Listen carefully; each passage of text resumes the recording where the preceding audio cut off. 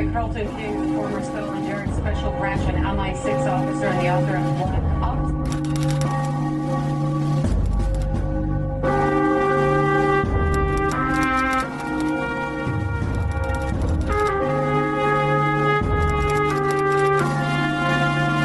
I was undercover for Special Branch in a jihadi organisation.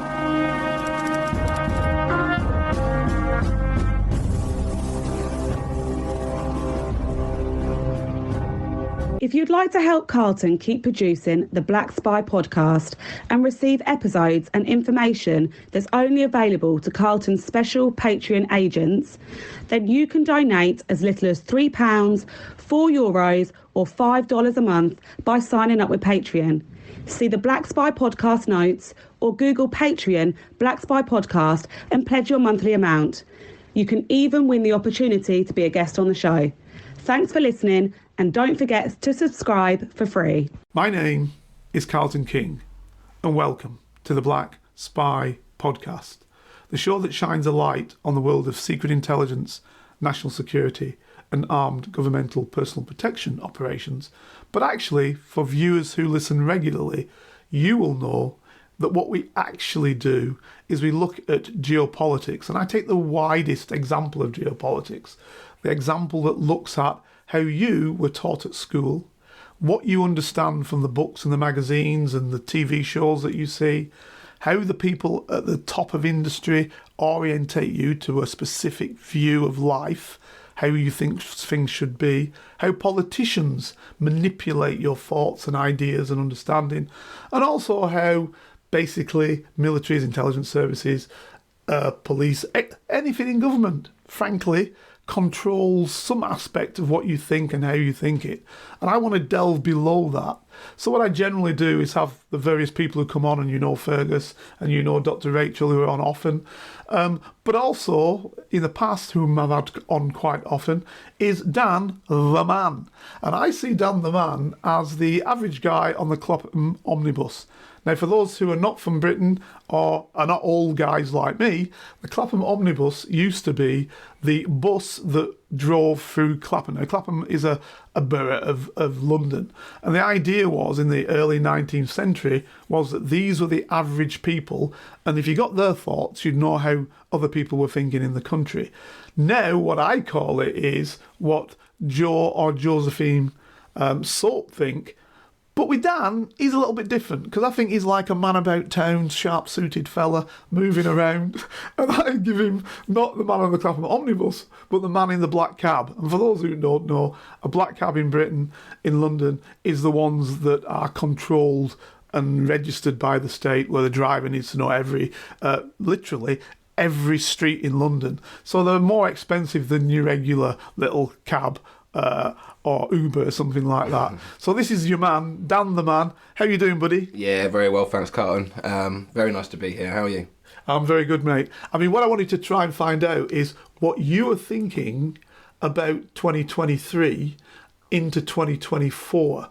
And if I give you a couple of subjects which I know that you are sort of interested in. So let's start off with something, I'll just say, mate, we don't just start with them, but I know you are interested in UFOs.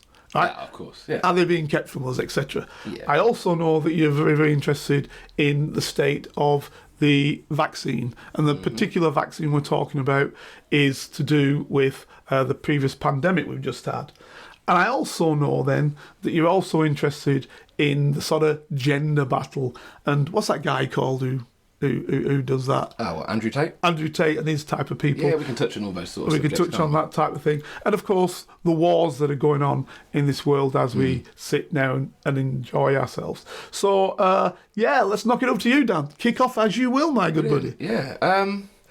So as you just mentioned, we were going to discuss COVID. So let's start there, and let's start with the vaccine. Okay. And I want to get your opinion. I want to get your opinion on this, and then we can have a little back and forth. So COVID, the way that it was handled, the vaccine, everything that's happened since we were made aware, obviously, that there was this pandemic, or there was this virus obviously circulating in China initially. How do you think everything has been handled, first of all? And secondly, what do you think Do you think that the response implementing the vaccine and everything, do you think that that was handled correctly? That's an interesting one. Right, for those of you who don't live in the United Kingdom and don't know, presently in the UK there is a commission and inquiry into how the vaccine was handled. And what you can see is that the government was an absolute shower of, and I won't swear like they do, for those who haven't been listening to it, you would not believe the language that these guys are using. Now, you would believe if you listen to my show, and as I always say, please do. Please do like the show. Please do, so you don't miss an episode. Please do Comment, subscribe, etc. Well done, Dan the man. Because I tell you why I'm saying this.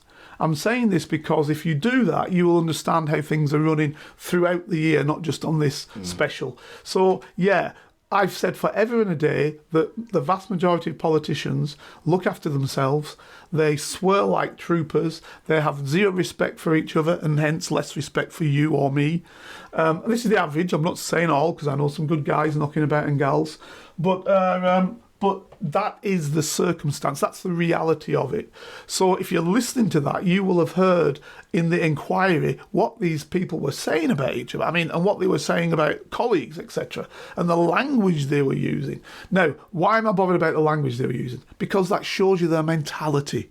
And the mentality was, let's just see how it might run out. In other words, nothing worked through, nothing thought out. Let's just have a quick run at it. The Prime Minister, who frankly didn't bother about it for the first, I think, 9-10 weeks of the whole issue. And this is all stated in the inquiry, which is a judge is looking at. You know, so you had an absolute shambles. Now, this is where you and I might part. It clearly was a pandemic. It clearly was something real. I know a lot of people are saying they're not real, but it clearly was something real. The whole of the world basically knackered their economy to deal with this issue. Okay. Now, in terms of the vaccine, we gambled. And I say we in the United Kingdom, the government on our behalf gambled putting a vaccine into people's arms that it didn't 100% know would not affect you somewhere along the line. I accept that. I also accept that because it was a different type of vaccine using gene therapy, when actually we've been through this in one of my other programmes with Dr. Rachel, indeed, that gene therapy means that it's orientated to the individual, but we were doing it en masse. So that in itself is problematic. I accept all of that. And so why don't you think that that was taken into account? Because obviously, did these pharmaceutical companies who are doing these tests and when they've completed these tests, did they warn the government of these the potential problems? The potential problems, yeah. And did the government do enough to take those warnings, to take them so seriously, yeah? Or did they do enough, basically? Probably not. Look, I'm not going to lie. Probably not. And you come in and tell me, because I know what you're going to say, kind of thing. Probably not. I think that what happened is that because we left the European Union, and because everything was going bad for us having left the European Union, the government, particularly that clown that we had as Prime Minister, wanted to show that there was a win. And his way of showing that there was a win was by saying, we're the first to implement it. And he kept on saying that, oh, this is a British vaccine, etc., etc. Number one, it wasn't a British vaccine. There's a whole load of people working on it. The primary two individuals working on it were both German Turks, were not British at all, and the fact that they were carrying it out in Cambridge just meant that's the location they were carrying it out with some assistance from other people, which again weren't only British people. So he wanted to show Britain, Great Britain, out without Europe, and therefore didn't do some of the things that other countries did do in terms of the FDA and all the Europeans as well, in terms of testing the drug to a much greater degree. In the end, the others did bring it out as well. I just think that the messages given by the governments, not just in the UK but around the world, were take this vaccine, everything will be fine. They weren't looking at any other for instance, they weren't saying to people you need to go out and get exercise. They weren't saying to people, obviously, if you're overweight, these things are going to contribute to things. I think there were other things that people could do to aid themselves against getting COVID than to just take a vaccine and say everything's going to be all right. So for my My opinion is that mass vaccination was definitely not the right route to go down. And I also think that if there's billions and billions and billions of pounds that are up for stakes here with these vaccines and people paying for them, then there's also going to be a agenda to push that vaccine out. Do you think that that's the case? Do you think that maybe played a part in things? Do you think that some of these politicians who were pushing this may have had investments that they're making money from as well, if they're having max vaccinations and they're profiting from this? Do you think that played a part? I don't doubt that at all. Look, you're never going to get me doubting the fact. When I always say on this show, and people who listen to me should know that, follow the money. So you're never going to get me doubting anything when money's involved. And there's millions, if not billions of it involved. So yes, of course there were people who were going to take advantage of it. Absolutely. But, and this is where you and I potentially differ, I do think that not everybody was in the soup. Not everybody was just thinking of making a couple of quid out of it. Mm-hmm. Clearly, well, not a couple of quid, many pounds out of it. Yeah, multi-millions out of it. So, yes, there were a whole lot of people working that way. But within that, there's always good men and women who are looking at something different, who are working for the greater good. We cannot deny it was killing people. Yeah, I agree with you. We cannot deny that it killed hundreds of thousands, now millions of people. We cannot deny that. So there were people working for the greater good. The system did bring everybody together to work on it, whereas previously when you're making vaccines or whatever, it's a single company here, a single company there. They're not telling each other, bang, bang, bang. All of a sudden, you get the whole of the state working together to create a vaccine, and various other states. Indeed, it's now come out, hasn't it, that the actual in Wuhan, that the Americans were testing COVID in Wuhan. Mm-hmm. They had paid Wuhan to do the tests, right? Yeah. And when you had President Trump on saying, it's China, I'm trying to do this, right? His people had paid the Chinese to create the vaccine, not vaccine, the disease in the first place.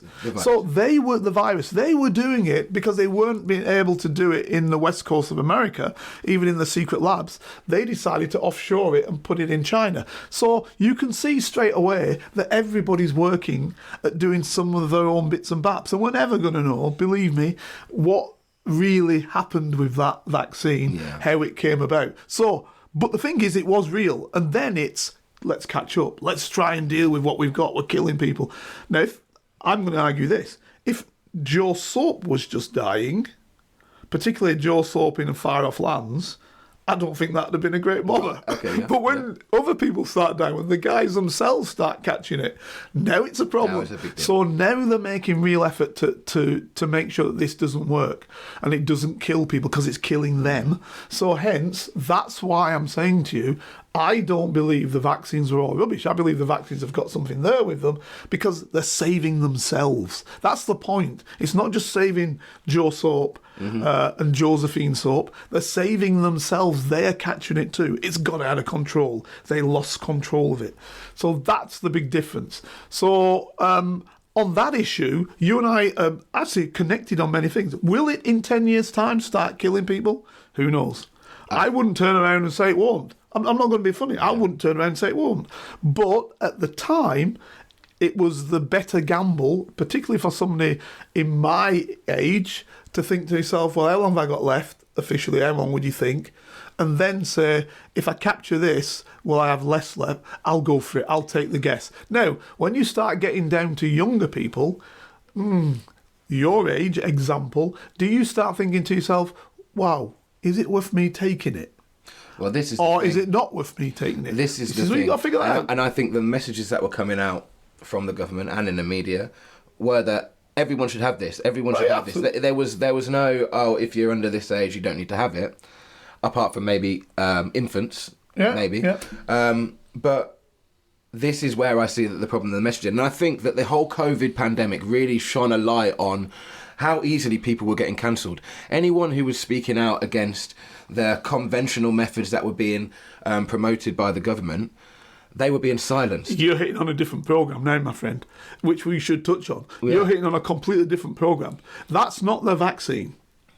That is not the vaccine. That is what we've got right now sitting in Western society this cancellation process. It's a problem. Everywhere. It's it ain't just massive in vaccine. It's on a whole host of things. But what I'm saying is that really shone a light on it, and obviously it leads on to other things then. So, for instance, we're not hearing about stuff in Palestine. We're hearing a completely mixed message when we're looking at Palestine and Ukraine. Absolutely. You know, it's just differences, Totally agree with you. and anyone who speaks out gets cancelled. Totally agree with you. What's your opinion on, for instance, doctors who are speaking out against the vaccine, or people who are speaking out against what Israel are doing and just being shut down and being cancelled? My opinion is that it's outrageous. My opinion. I mean, I saw a on X, which we all know as formerly Twitter. On X the other day, you had that guy. What's he called? That black guy who is the news reader who now does Mastermind as well. I've forgotten his name. I'm terrible on names. Everybody knows who listens to the show. Well, that guy, he's a number one anchor man, they call him in the States. In Britain, we call him newscaster, newsreader. It'll come to me. And he was on, and he put a picture on of a BBC reporter who was at the 4-hour talk given by President Putin. Now, 4 hours of answering questions from the media, not advanced questions, not on a cue card. You know, if you look at the United States president, which is meant to be the leader of the free world, nonsense, always has been nonsense. But you look at him, he's got his card, and if he deviates from that cue card, right, he don't know what he's saying. He don't know what he's saying anyway. He don't know what he's saying anyway, even the cue cards. Absolutely. So this is it. But you've got Putin, who sat there for 4 hours, answered questions coming at him. Now, this guy, the newsreader, said, the BBC question wasn't answered. Outrageous, so much for democracy. Hang on, last time I looked, we stopped RT in the United Kingdom. Yeah. We don't even allow the station. Yeah. Never mind allowing a reporter to ask a question to the president when he's answering questions from everywhere. No, we stopped a whole station. And the BBC, no matter how you want to put it, is the state voice of the United Kingdom. It's the state radio and television system. Mm. You know, in the Second World War, the BBC was giving information to our allies and to individuals, say, in the Maquis, in the French resistance, as to when attacks were going to happen. That shows you right there that it's the state body. Yeah. It's a state system, and in various other areas which I won't talk about, but it's the state system. So you can't argue that the BBC isn't the state of the United Kingdom. Yeah. RT is the state, was the state of Russia, is the state of Russia. Okay, but Russia hasn't banned BBC. BBC has banned RT. Mm. Right? And this is where I have a problem. So this guy's putting up a picture saying, we can't get a question in. You can't get a question in. They can't even get a station in on the United Kingdom because it's not saying what the UK wants to hear. Right? Total and utter hypocrisy. Again, that same guy, and I've just forgotten his name, it nearly came to me. The same reporter, when he was an outward bound reporter in Africa and other places, he was there, I can remember it, amongst people in famine. Mm. Babies were dying, and he was there, not a tear in his eye. Yeah. They then sent him to the Ukraine last year before, and these babies come in, don't get me wrong, yes, they've been moved from their home, they're in a railway truck, been moved from the home with the parents, with the mother in particular, and this baby had on, very warm clothing, it was fit, he'd done a 6-hour journey to the Polish border, and he was crying. Yeah. So he's crying when a person has moved 6 hours from a border with totally good clothing on, no problem. And when he sees literally thousands of babies, mothers with no milk in their breasts, babies starving, the bellies protruding to a level that eyes all sunken in, can't even cry because it's got no more power. There's no tears in the bloke's eyes at all. Yeah. I ask a question. Where are you, my friend? What's your humanity? So this is the type of person you're getting on the BBC, from my point. A type of person who doesn't give a damn, just playing to the system. Playing to the system. That's right. So in answer to your question, that's who I am. Yeah.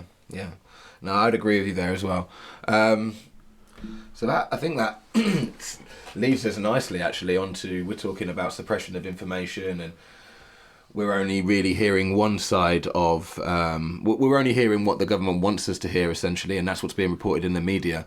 And I think that leads us nicely on to what we've previously discussed on this podcast, and that was the subject of UFOs. And obviously we saw what happened earlier in the year in Mexico.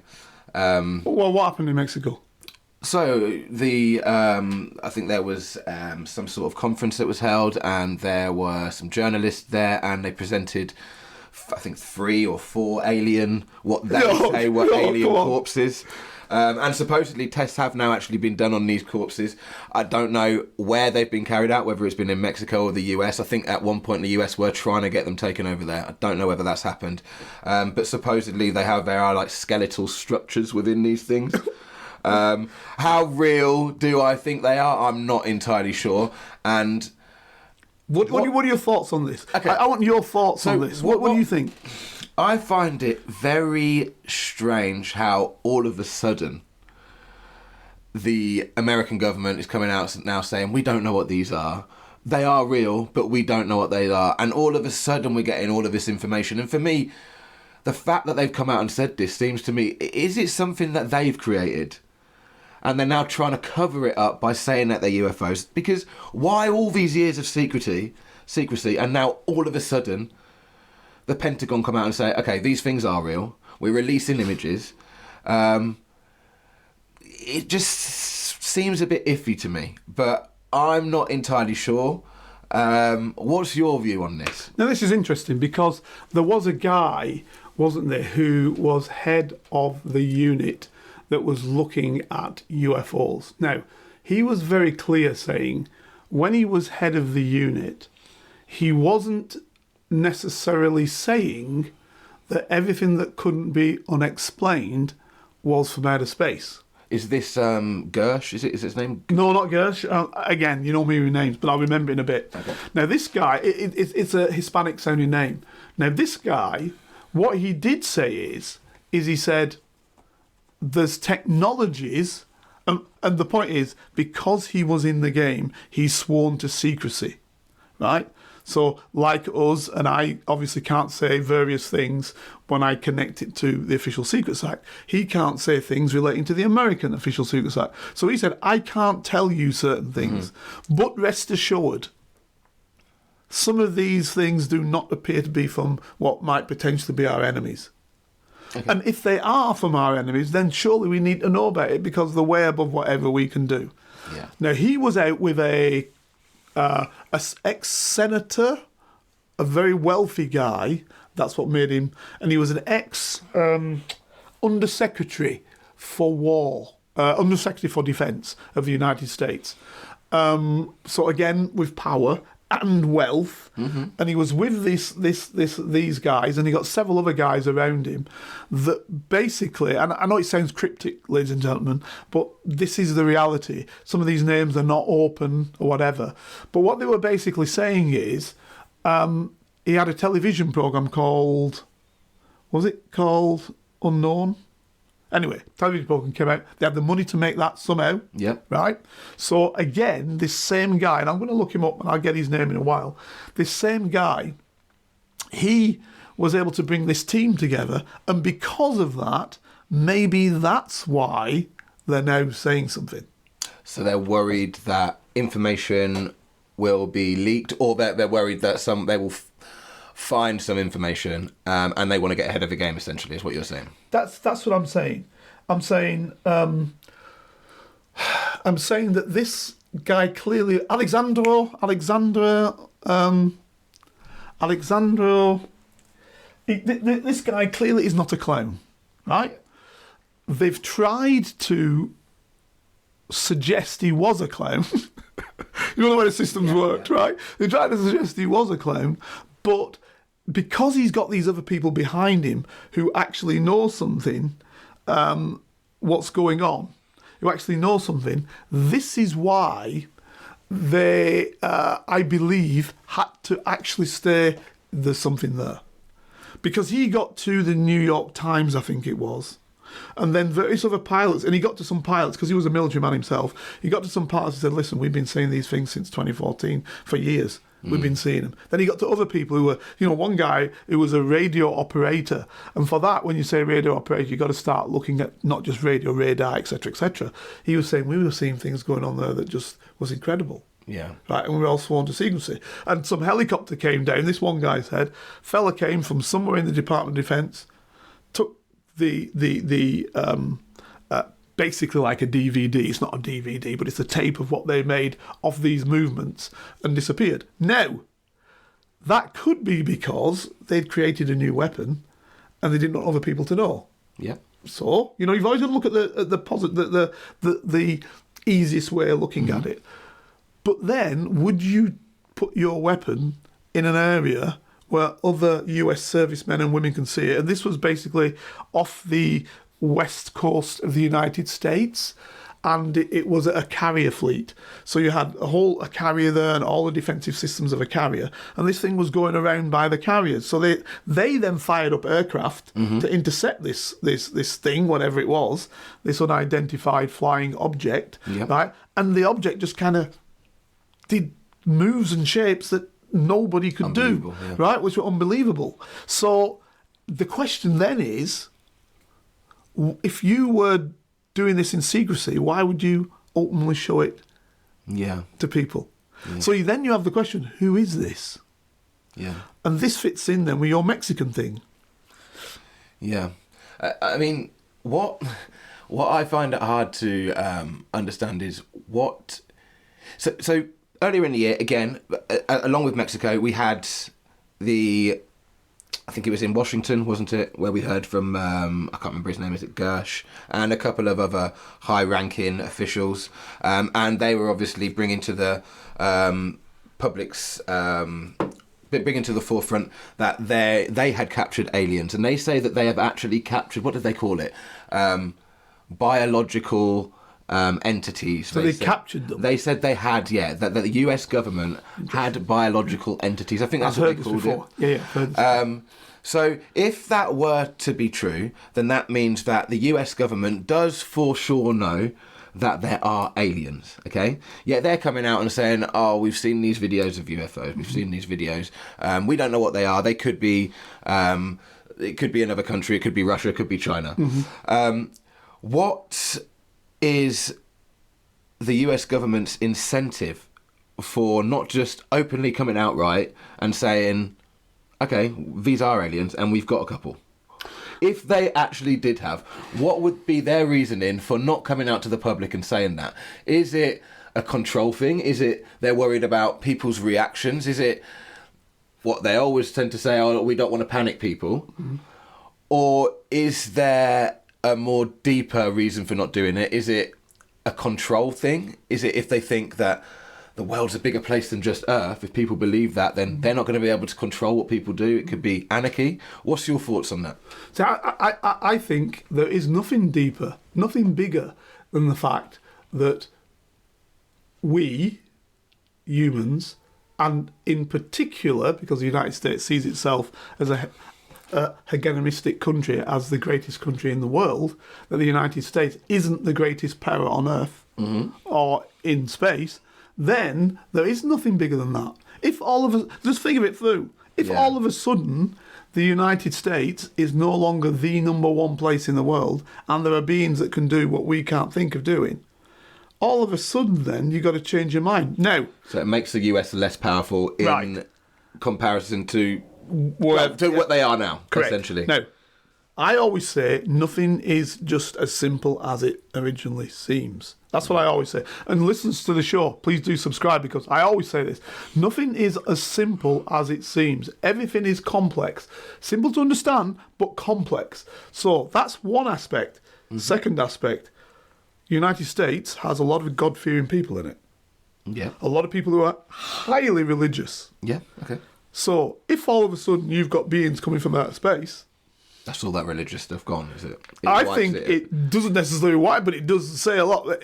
If God created the world and we are the only beings it created, which is what most religions are kind of saying, in a sense, other than animals, and the animals are there so religious inferior textbooks will to have to be us, all of a or sudden adapted. you get beings who, are they the gods? Is it not Christianity? Is it something else? You see what I'm saying? Yeah. So now you get beings coming from outer space to this world, which we can't even dream of, and they're doing something. Is that not a problem? So that's another factor. Third factor, the beings you're talking about, I know the guy you're talking about because he was working at Area 54, Area 51, wasn't he? He was working at Area 51. I know the guy you're talking about. And they've rubbished him time and time again. And he's been saying this since the 1960s and 70s. Who's this? Bob Lazar you're talking about? Bob Lazar I'm talking about, right? Yeah. Plus this other guy you're now talking about. Yes, I know the guys you're talking about. When I say no, I don't know them, I know of them. Right. So these guys, they've rubbished them. Yeah, right? Ridiculed them, whatever. Now, but that's been going on since 1957, 58. So now you've got to look at it this way. Is government always lying to us? Exactly. So now you have another element. That's what I mean. And the next element then is we can't trust the government. Yeah. So it's not only is the government not powerful, not only is religion problematic, not only that there are beings knocking about, but now the next thing is the government's lying to us and has constantly lied for decades. So again, it comes So down to what the else control have they thing. lied to us about? Right? You see what I'm saying? This is how it keeps going. Then you look at it in another vein. If we've got them in the US, or the US, I haven't say we, I'm not an American, got them in the US, where are they elsewhere? Are they in China? Because they always think about war, don't they? Are they in China? Are they in Russia? Why do they only come to the US? Do they sit somewhere else? Do they not look like us? Do they look like us? Do they not look like the people who are generally in power now in the world? Do they look different? And hence make people think, well, hang on, they look like a people who are being suppressed. Right? There could be a whole host of reasons why you don't want for the world to know what's happening. Right? And as you say, the biggest factor is control. Why am I believing in a government when it don't control anything? When actually other beings control it. It takes away some of that power from them. Takes the power, absolutely. So what I'm thinking is there's a whole host of reasons why you wouldn't want it out if you knew about it. You wouldn't want it to come forward. A whole host of them. There'll be a whole load of nihilists. I don't know if you, before the turn of the century, you had a cult called the cult, and it tried to seed the clouds over. It wasn't Tokyo. I think in the back of my mind, I think it was Nagasaki. Seed the clouds with a gas that would kill everybody. Now, the reason why they wanted to do this is because the fellow running the cult believed that he was a new messiah. Right? Okay. So in 2000, he was going to come up and be the top man. And they're the same people in the Tokyo underground put gases in the underground to kill people. They killed a whole lot of people. He's recently been executed not long ago in Japan, which reminds me of him, the cult. Now, these were not dumb people. They were very bright people. A lot of them were scientists, etc., etc. They say that they were able to create lightning in the desert in Australia. They went to the desert and created some lightning. So these were clever folk. Now, the reason why they were doing that is because they thought a new world was opening at the 2000. Well, if a new world is already happening because they're aliens, these type of people like that, what will they be doing? Yeah. You see, you've got to look at what the end effect will be. If we are no longer number one, what happens? So that's interesting to me. So obviously you've worked in this sort of field where you're high up in government.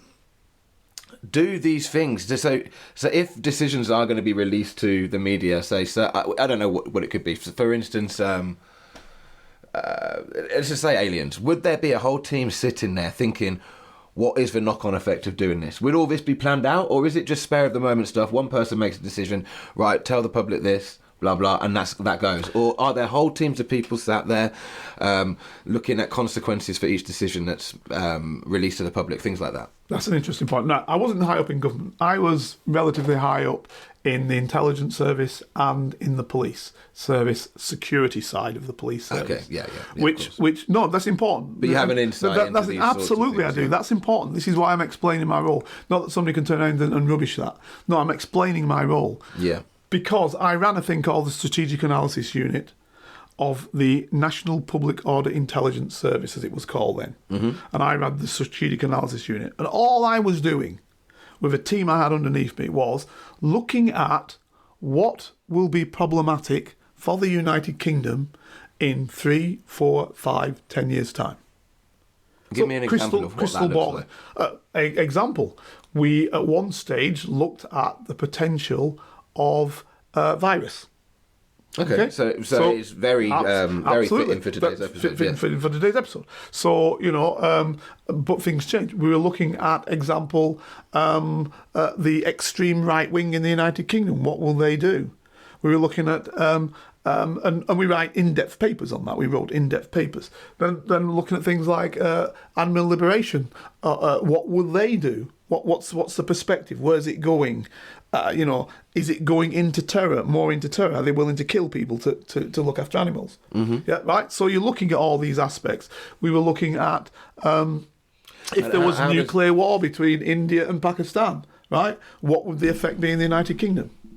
Okay, so government is looking at these things. How do you assess that, though? How do you assess what the effect might be by getting as much information as possible, speaking to as many people as possible, getting open source material, that's material you can get from anywhere, getting secret intelligence that you can't get from anywhere, bringing it all together, producing documents at various levels, document from top secret down to open source, so people can read it in government. People, in local government, they might be able to read it and have an understanding. People in national government might need to read it, and obviously the different levels of secrecy. Local government would just get an open document. Top government would get maybe a secret document, and see how you would need to deal with those issues. So you're looking at the whole gambit and you're trying to figure it all out just so we've got it. Now, we were doing that from the perspective of what was then a national special branch type thing. So from a police perspective, how would we police it? And then we pass that out to the intelligence security services, to the military, to government, to local government. Now, they were doing the same. Government was doing it in the Cabinet Office from the government perspective. And I used to interchange, as a head of it, with a guy who I knew well from the Cabinet, interchange and see what we could help them with, what they could help us with. Because they'd use focus grouping, etc. on things. Focus groups are where you get a whole lot of people together, A, B, C and D type peoples. Mm-hmm. The man on the Clapham omnibus, you, the man in the cab. What do you think? Now, the problem is that the way government's gone now, it's all focus group. Because all they're bothered now is, what will the focus group think so we can get voted back in? Right. Big problem. Yeah. They're not looking at the issues. Right? So at least we were looking at the issues. So it's all about staying in power. Staying in power. We're looking at the issues. Right. So what I'm saying to you is that is the sort of thing that was going on. Now, what level is that listened to is a bigger question. Mm-hmm. You can produce all the papers in the world, but who's interested in them? Yeah. That's where the bigger question comes. Why are they not interested in them? Why doesn't it happen? When you say, oh, well, maybe you might consider doing this, and they don't do it. You see what I'm saying? Because all of it is, as I said before, simple yet complex. Because all the different parts of moving elements within the model are all moving around, doing all different things, thinking all different things for themselves. And this is how the system falls apart. So that was part 1 of this week's Black Spy podcast. Hope you enjoyed it. We'll have part 2 next week. If you'd like to help Carlton keep producing the Black Spy podcast and receive episodes and information that's only available to Carlton's special Patreon agents, then you can donate as little as £3, €4 or $5 a month by signing up with Patreon. See the Black Spy podcast notes or Google Patreon Black Spy podcast and pledge your monthly amount. You can even win the opportunity to be a guest on the show. Thanks for listening, and don't forget to subscribe for free. Here is a working class spy telling his stories, the secrets, the lives of spies. Feel free to message Carlton King on all socials and give this show 5 stars on Apple iTunes and subscribe so you never miss a single episode. For your ears only. More than a quarter of a century, I was a member of Her Majesty's Secret Intelligence Service.